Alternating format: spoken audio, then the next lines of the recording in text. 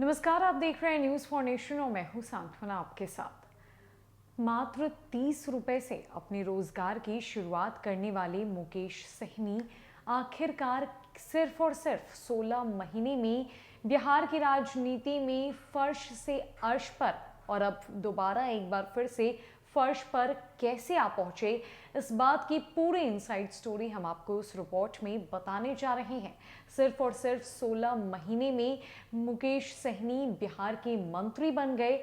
इतनी पावर उनके हाथों में आ गई कि उन्होंने बीजेपी से बगावत तक मोल ली और अब ऐसी स्थिति आ गई है कि वो एक बार फिर से अर्श से फर्श पर आ पहुंचे हैं। दरअसल बिहार विधानसभा से 23 मार्च को विकासशील इंसान पार्टी यानी वीआईपी पूरी तरह साफ हो गई।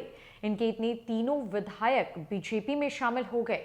ऐसे में अब मुकेश सहनी का मंत्री पद भी उनसे छीना जाना तय माना जा रहा है। खुद को सन ऑफ मल्ला कहने वाले सहनी 16 महीने में ही अर्श से फर्श पर पहुंच गए हैं। 2020 के विधानसभा चुनाव में आरजेडी के साथ बीच कॉन्फ्रेंस में गठबंधन छोड़कर बीजेपी के साथ हाथ मिलाने वाले वीआईपी सुप्रीमो को उसी बीजेपी ने आज सदस्य विहीन बना दिया। हालांकि सहनी का सफर हमेशा से ही संघर्षों भरा रहा।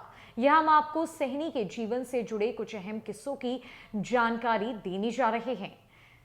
गौरतलब है कि दरभंगा के सुपौल बाजार के रहने वाले मुकेश सहनी 19 साल की उम्र में घर छोड़कर मुंबई चले गए थे। वहां जाकर उन्होंने एक कॉस्मेटिक शॉप में बतौर सेल्समैन काम करना शुरू किया। कुछ समय बाद वो बॉलीवुड में सेट डिजाइनर का काम भी करने लगे। नितिन देसाई की फिल्म देवदास के लिए डिजाइन किया गया उनका सेट ने उन्हें बॉलीवुड में एक नई पहचान दिलाई। इसके बाद उन्होंने कभी पीछे मुड़कर नहीं देखा। उन्होंने अपनी कंपनी भी खोली जिसका नाम मुकेश सिनेवर्ल्ड प्राइवेट लिमिटेड रखा गया। मुकेश सहनी ने मुंबई में रहते हुए खूब शोहरत और दौलत कमाई। वीआईपी सुप्रीमो का राजनीतिक सफर की शुरुआत ज्यादा पुरानी भले ना हो लेकिन दिलचस्प जरूर है। कहा जाता है कि मुकेश सहनी ने पैसों के दम पर बिहार की राजनीति में एंट्री मारी थी। 2013 की एक सुबह बिहार के लोगों ने अपने हाथों में अखबार उठाया तो उनका सामना सन ऑफ मल्ला मुकेश सहनी के चेहरे से हुआ। उस विज्ञापन के बाद अखबारों में मुकेश का एक और विज्ञापन छपा जिसमें उनका मोबाइल नंबर भी शेयर किया गया था। इसके बाद अखबारों, सोशल मीडिया और बिहार की राजनीति के बीच सन ऑफ मल्ला का बोलबाला बढ़ता चला गया। मुकेश सहनी ने 2014 के लोकसभा चुनाव में बीजेपी को समर्थन दिया और उनके लिए प्रचार भी किया, लेकिन बाद में बीजेपी से अलग हो गए। 2018 में मुकेश ने बनाई अपनी पार्टी मुकेश सहनी ने 2019 के लोकसभा चुनावों की घोषणा से कुछ महीने पहले ही नवंबर 2018 में अपनी अलग पार्टी की घोषणा कर दी। राजनीति में वीआईपी तरीके से एंट्री लेने वाले मुकेश ने अपना पार्टी का नाम भी विकासशील इंसान पार्टी रखा, यानी कि वीआईपी।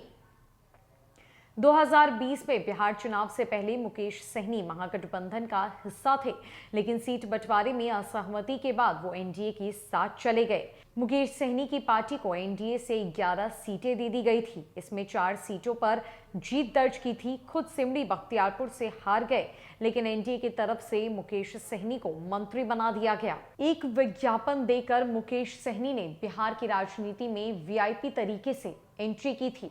एक सुबह बिहार के लोगों ने जब अखबार उठाया तो पहले पन्ने पर सन ऑफ मल्ला मुकेश सहनी का चेहरा देखने को मिला।